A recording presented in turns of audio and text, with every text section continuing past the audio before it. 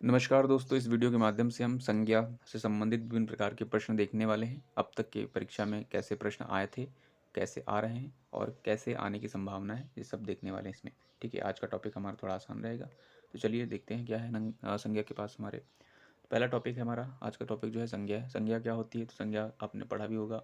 तो संज्ञा को शॉर्ट में समझ लीजिए, कोई भी नाम हो संज्ञा कहलाता है। जैसे हमने कहा टेबल, नाम है किसी का, संज्ञा हो गया। जैसे हमने कहा हवा, नाम है किसी का, संज्ञा हो गया। जब नाम कहा शहर, शहर नाम है किसी का, संज्ञा हो गया। जैसे हमने कहा सेब, नाम है किसी का, संज्ञा हो गया। ठीक है, तो ना संज्ञा क्या होता है? किसी व्यक्ति, वस्तु, स्थान या भाव के नाम को संज्ञा कहते हैं।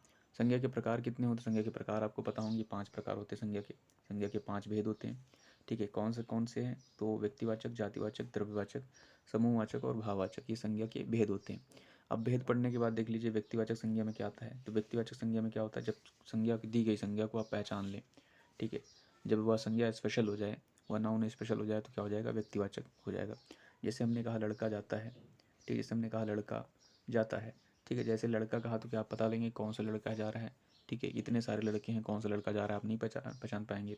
इसलिए जो लड़का रहेगा वो आपका जातिवाचक रहेगा। जब आप नहीं पहचान पाएंगे तो जातिवाचक हो जाएगा। जब आप कोई चीज़ पहचान लेंगे एग्जैक्टली, तो वो आपका व्यक्तिवाचक हो जाएगा। अगर इस लड़के की जगह हम लिख दें मोहित जा रहा है। ठीक है, मोहित जा रहा है, तो ये क्या हो जाएगा आपका? ये जो मोहित है ये क्या हो जाएगा? आप पहचान लेंगे कि किसकी बात हो रही है, मोहित को हो रही, तो क्या हो जाएगा? व्यक्तिवाचक हो जाएगा। ठीक है, ऐसे ही हम अगर जो लिख दें शहर के बारे में बात करते हैं, जैसे वह गाँव सुंदर है। ठीक है, वह गाँव जो है वो सुंदर है, तो गाँव क्या हो जाएगा आपका? गाँव है व्यक्तिवाचक, क्योंकि पता नहीं चला ना कौन सा गाँव है। सॉरी, गाँव जो है आपका जातिवाचक है, पता नहीं चल रहा। अगर जो गाँव की जगह कोई नाम दे दिया जाए, रामपुर दे दिया गया है, तो ये क्या हो जाएगा आपका? ये हो जाएगा आपका प्रॉपर नाउन। प्रॉपर मतलब व्यक्तिवाचक संज्ञा हो जाएगी। ठीक है, तो जब पता चल जाएगा तो वो व्यक्तिवाचक, नहीं पता चलेगा तो जातिवाचक।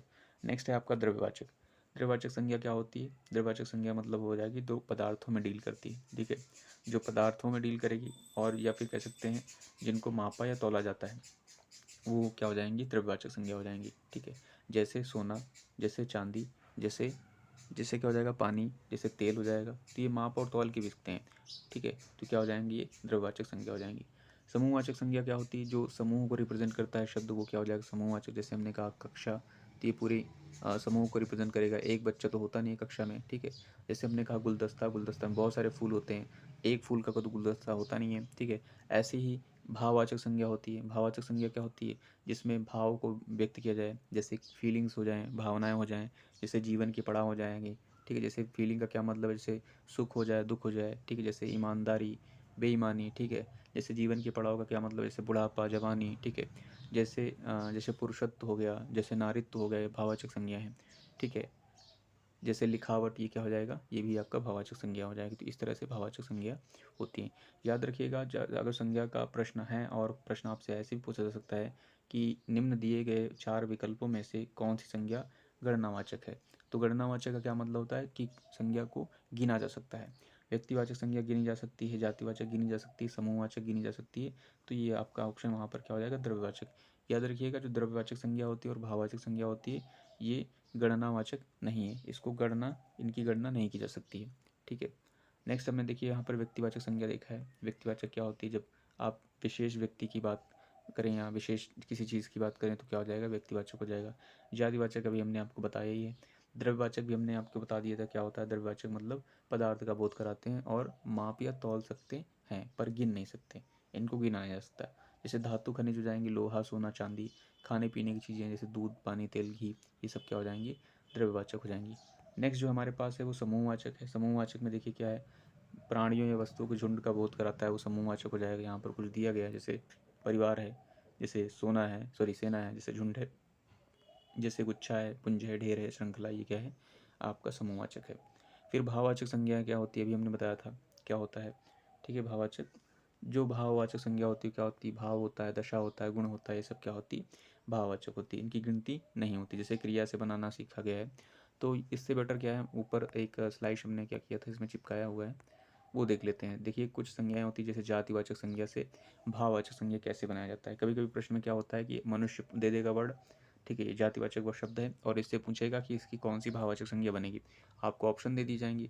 ठीक है, ऐसे ऑप्शन कुछ दे दिए जाएंगे, तो वहाँ पर आप पहचानना आपको आना चाहिए। जैसे मनुष्य का क्या हो जाएगा? मनुष्यत्व। याद रखिएगा, ज़्यादातर जो शब्द त्वा से अंत होते हैं वो क्या होते हैं? आपके भाववाचक संज्ञाएं होती हैं। जैसे मनुष्य से क्या मनुष्यत्व हो जाएगा, सॉरी मनुष्यता।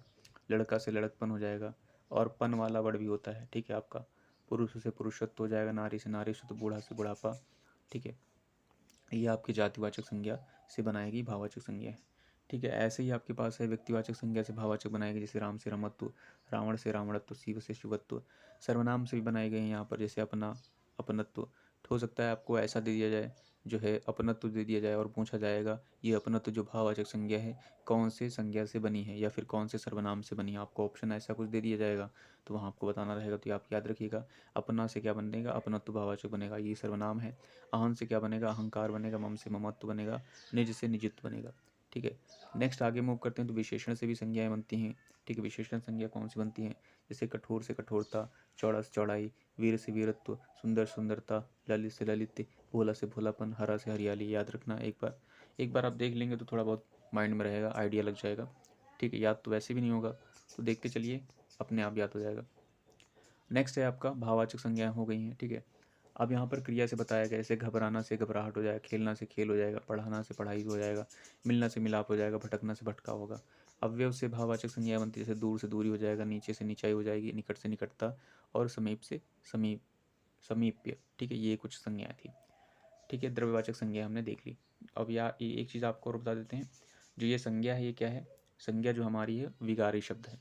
संज्ञा क्या है हमारी, विकारी शब्द है। विकारी शब्द का क्या मतलब है, जिसमें विकार हो जाता है, ये हम आगे की क्लास में देखेंगे, ठीक है। विकारी शब्द क्या होते हैं, ठीक है। ये भी इंपॉर्टेंट प्रश्न होता है कि 3 शब्द दे दिए जाएंगे, 4, उसमें से पूछा जाएगा कौन सा विकारी है कौन सा नहीं है, ठीक है। तो याद रखिएगा, संज्ञा जो है वो आपका विकारी शब्द है, क्योंकि इसमें विकार हो जाता है। विकार किस कारणों से होता है, तो लिंग के कारण हो जाएगा, वचन के कारण विकार हो जाएगा, कारक के कारण विकार होता है, ठीक है। ये बाद में देखा जाएगा, ठीक है। जब विकार हम कारक वगैरह पढ़ेंगे तो वहाँ देखेंगे, ठीक है।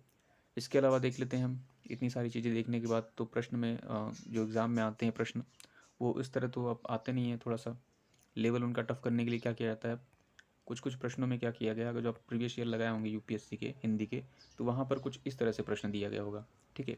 वहाँ से कुछ इस तरह से प्रश्न दिया हो गया, और उसमें आपसे पूछा गया होगा दिए गए शब्द में से कौन सा शब्द जो है कौन सा संज्ञा है। जैसे यहाँ लिखा गया है, गांधी भारत के महान सुधारक थे।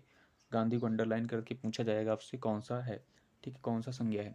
आपको ऑप्शन वही दे दिया जाएगा, आपको ऑप्शन दे दिया जाएगा पुरुषवाचक, आपको ऑप्शन दे दिया जाएगा जातिवाचक, ठीक है, आपको ऑप्शन दे दिया जाएगा भाववाचक, और दूसरा ऑप्शन दे दिया जाएगा पदार्थवाचक। तो आपका ऑप्शन आंसर क्या होने वाला है, अगर जो आप सोच रहे हैं गांधी भारत के महान सुधारक थे, ठीक है, तो यहाँ पर क्या हो जाएगा आपका आंसर, अगर जो पुरुषत्व पुरुषवाचक टिक कर रहे हैं तो आपका आंसर क्या हो जाएगा, पुरुषवाचक आंसर आप क्या होगा, बिल्कुल सही होगा, ठीक है।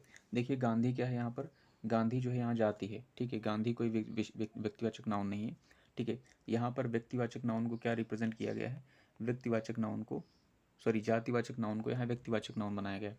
जैसे गांधी ये जातिवाचक शब्द है ना, क्योंकि पता नहीं चलेगा ना गांधी कौन है, गांधी तो एक सरनेम है, बहुत सारे गांधी होते हैं, ठीक है, वर्तमान में, ठीक है। लेकिन हम क्योंकि इतिहास हमने पढ़ा हुआ है, तो जैसे ही कोई गांधी बोलता है तो हमारे सामने क्या होती है, महात्मा गांधी जी की इमेज आ जाती है।